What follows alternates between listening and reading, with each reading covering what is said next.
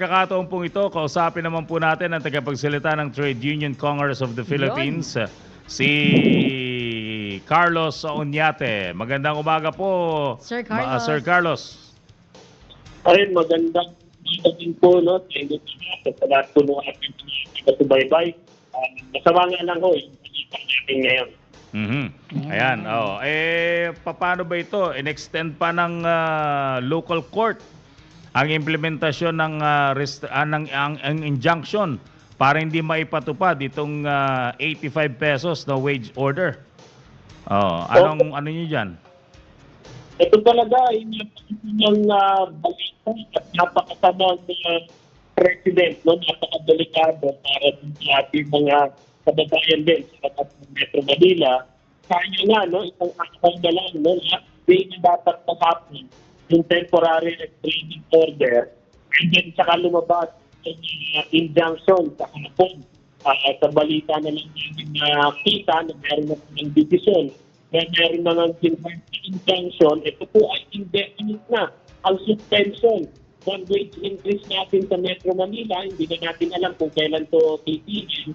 At the same time, lahat po ng ating mga remedies na dapat yan gawin ng mga labor groups na hindi po natin ma-file sapagkat hanggang ngayon yung ating motion to intervene na nasa Pasig RTC ay pending pa rin hanggang ngayon. So nauna yung naagaw na naman yung evento sa sahod natin bago pa tayo makapag-motion to intervene. No? Gayun pa man, kami ngayon ay nananawagan sa Department of Labor and Employment, represented yung Office of Solicitor General, na agarang mag-file ng motion para i-dissolve itong injunction na ito. Sapagkat ito na-apport ng ating mga kababayan, yung ating mga mandagawa, yung kanilang mga bilin, yung kanilang mga utang, yung kanilang utilities, kuryente, tubig, hindi mo nila pwedeng bayaran yun na nakabase sa timeline ng Pasig RTC Branch 152. Marami nagsasabi na tanging ang opsyon na lang ay ang lumapit sa Korte Suprema. Pero ano bang paniwala nyo dyan? Makikialam ba agad-agad ang Korte Suprema o ano sa tingin ninyo? Opo, no? Kaya yung PUCP ay naghahanda pa lamang sa Korte Suprema dahil gusto natin i-exhaust muna lahat ng legal na remito from the Pasig RTC level, but hindi namin ninurot out. Kaya eventually kailangan umakyat sa Korte Suprema, petition for certiorari of prohibition para mapigilan hindi lang yung Pasig RTC kundi lahat ng RTC.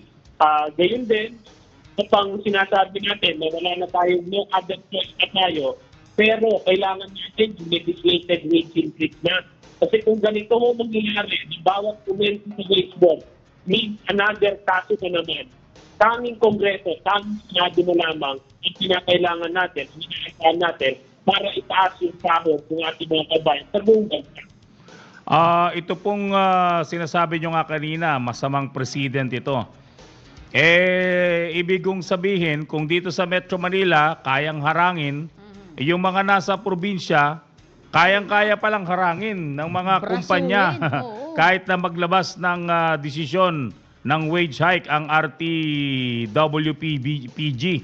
Di ba? Opo, no? In fact, hindi lamang yan tapos, nangyari na yan.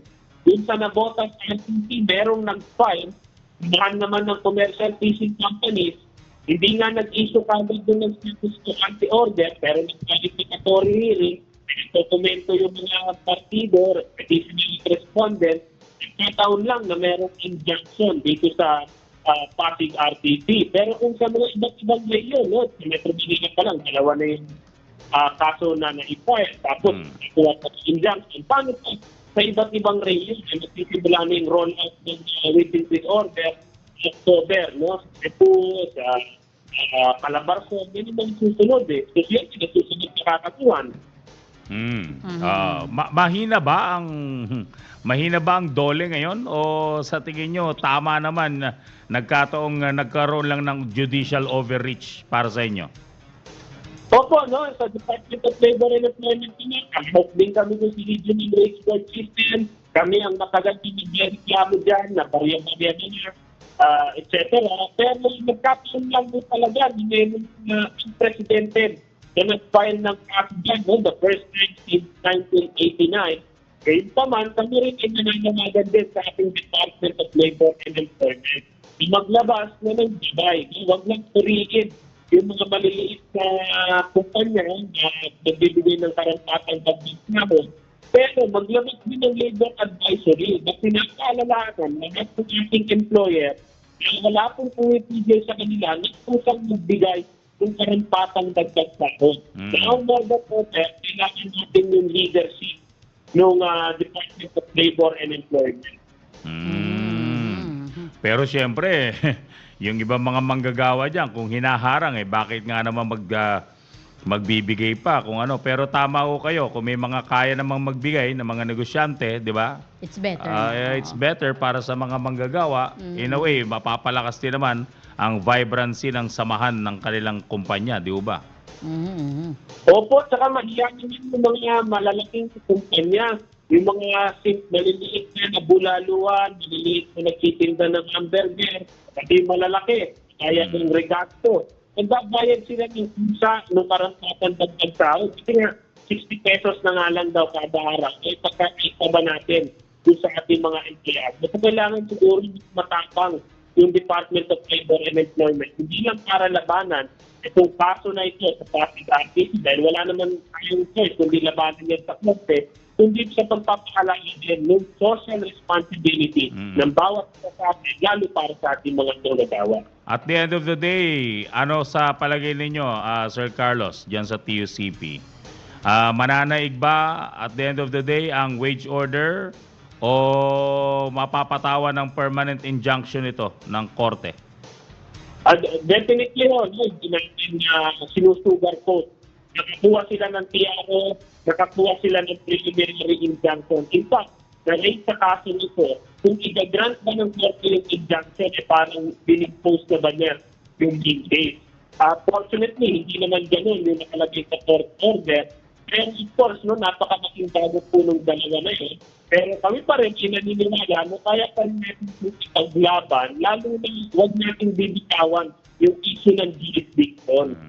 Tanging regional wage board, ng NWPC for appeal, yan ang may jurisdiction niya sa usapin ng dagdag sahod at hindi yung passing activity. At kung sakali nga ito, na hindi tayo managigyan sa passing activity, ay haka tayo all the way to the Supreme Court, no? Haba po itong laban kailangan nun natin gawin. Kung hindi, pati ba naman yung 37 years na sistema natin ng pagpatakda sa sahod, ay papawalang bisa lamang ng isang korte. Alright. Maraming salamat po, Sir Carlos. At ingat po kayo at good luck sa mga taga-TUCP. Yun. Maraming salamat din po. Mabuhay po tayo. Mabuhay po. Ang Trade Union Congress of the Philippines, kanilang tagapagsalita, si Mr. Carlos Oñate, ang ating po nakausap.